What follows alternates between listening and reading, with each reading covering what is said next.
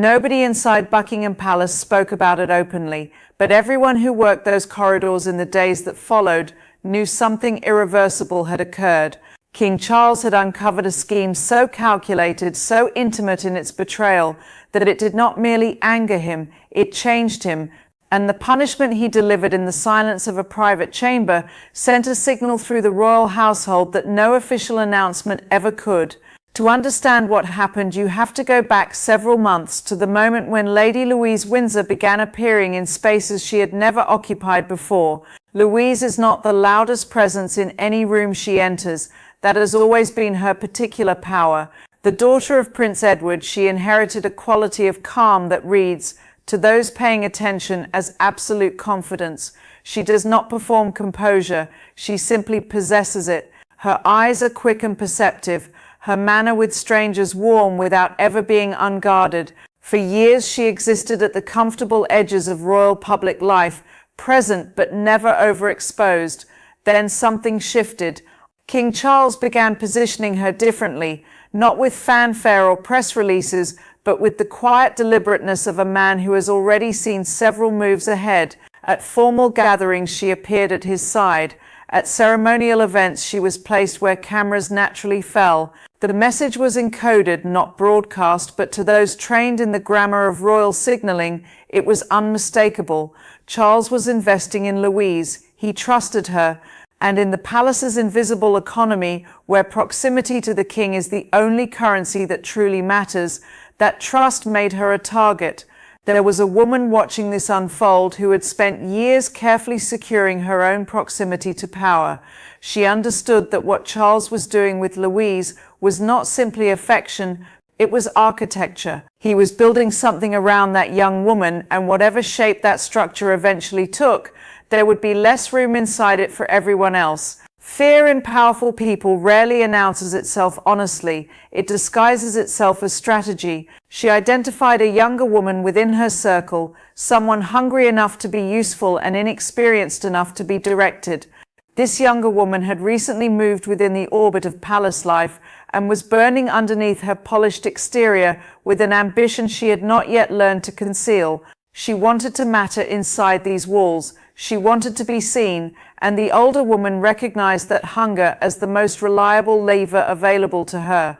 Over weeks of private conversations held in the margins of official palace life, she shaped the younger woman's desire into something pointed. She fed her a version of events in which Louise's prominence was not earned but engineered, not deserved but politically convenient. Each exchange left the younger woman more certain she was being denied something rightfully hers, and more willing to act on that certainty. What the older woman understood, and what the younger woman did not, was that resentment directed at the right target is one of the most controllable forces in the world. The plan they settled on was precise in its cruelty. The palace's East Wing housed a collection of artifacts accumulated across centuries of royal history, objects so fragile that their destruction would create a scandal capable of defining a reputation forever. Louise, whose genuine curiosity about history was well known, could easily be guided into that space under friendly pretenses. The younger woman would approach her as someone seeking guidance, extending an olive branch. Louise would accept. That was the certainty at the center of the plan. Louise always accepted a genuinely offered hand. A member of staff had already been recruited. His role was specific and critical. He would ensure the security monitoring in that wing was interrupted at the correct moment and position himself as the witness to what would appear to be a catastrophic accident. An irreplaceable piece would fall. Louise's hand would be in the frame. The narrative would write itself, and no protest from Louise would survive the weight of witnesses and evidence. Louise would not be destroyed loudly. She would be discredited quietly, which is always worse. On the afternoon selected for it, a thin grey light pressed through the high windows of the East Wing.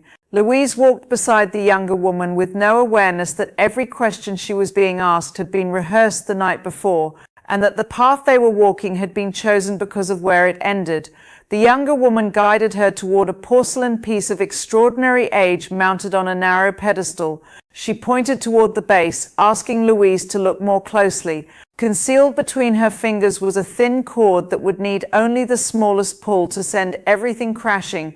Louise leaned forward, completely unaware of what was positioned inches from her future, and then the footsteps came. Charles had not intended to walk that corridor that afternoon. He had no appointment there, no reason to be in that part of the palace at that hour, but something had turned him left when his schedule suggested right. He moved through the connecting passage with the unhurried quiet of a man who had learned to think best in motion. He heard the voices before he saw anything. The older woman was speaking to the recruited staff member in a tone she believed was private, stripped of every warmth it carried in public, reduced to something cold and functional. The younger woman's voice joined it briefly, confirming the timing. Charles stood motionless in the passage and listened to people he had trusted rehearse the destruction of someone he loved. He did not feel rage first. He felt something quieter and more absolute. The particular grief of a man who discovers his judgment of trusted people has been catastrophically wrong. Then something ancient settled into his chest, the part of him that was not merely an aging man managing a difficult reign, but a king who had been tested before and knew exactly what duty required of him now. He entered the gallery without announcement and without rush. His presence preceded him the way thunder precedes the sound that follows it. The younger woman saw him first. Every rehearsed instinct she possessed dissolved instantly. The cord fell from her fingers. Louise turned with confusion, reading in her uncle's expression something she could not yet name but would understand very shortly. Charles raised one hand. That was sufficient. The protection officers who followed at a quiet distance came forward, and the gallery was contained without a single raised voice. In the formal chamber where the household's most serious matters had been settled across generations, under still air and unforgiving light, the staff member gave his full account within minutes. He was not built for the pressure of a king's direct gaze and the word treason hanging in the room like smoke. Every detail was complete, specific, and damning. The older woman stood through all of it without expression, performing a dignity she had forfeited the moment she issued her first instruction. The younger woman did not perform. She collapsed inward, her ambition revealed as a hollow structure that the first real consequence had crushed entirely. Charles heard everything. He interrupted nothing. When the room had given him all it had, he stood, and the silence that followed was different from any that had come before it. He addressed the younger woman first.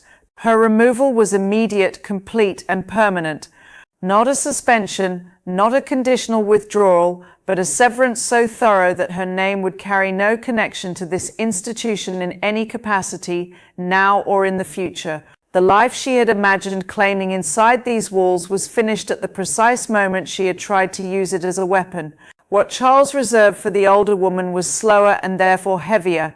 He understood that a loud confrontation served no one, so he did not shout. He made decisions. She was removed from every ceremonial responsibility she held.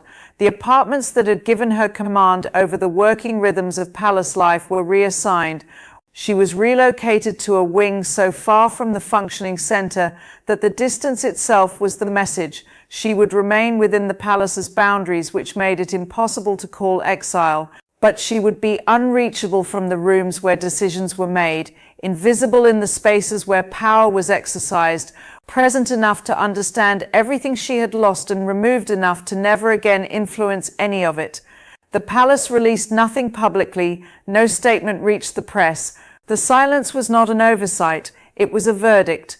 Charles told Louise himself that same evening, in the private sitting room where they had spoken many times before. He told her everything clearly because Louise had always deserved the truth delivered as it was. She sat with it for a long moment. Then she looked at her uncle and asked whether he was all right. Not whether justice had been served, not whether the punishment was sufficient, whether he was all right. Charles has faced much in his life that required more strength than he believed he possessed.